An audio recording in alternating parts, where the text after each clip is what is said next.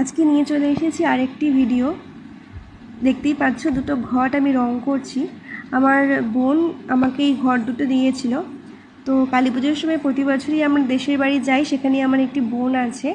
ও আমার হাতের কাজ দেখে খুবই ভালো লেগেছিল ওর আমার হাতের কাজ। তো ও আমাকে দুটো ঘট রং করতে দিয়েছিল, আর ও আমাকে লাল, সাদা আর গ্রিন কালার দিয়েছিল।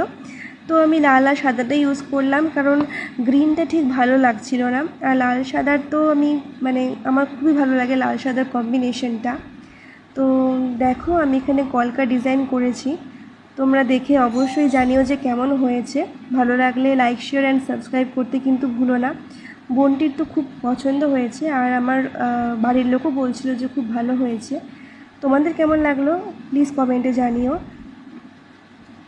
দেখা হবে নেক্সট একটি ভিডিওতে। এখনকার মধ্যে টাটা।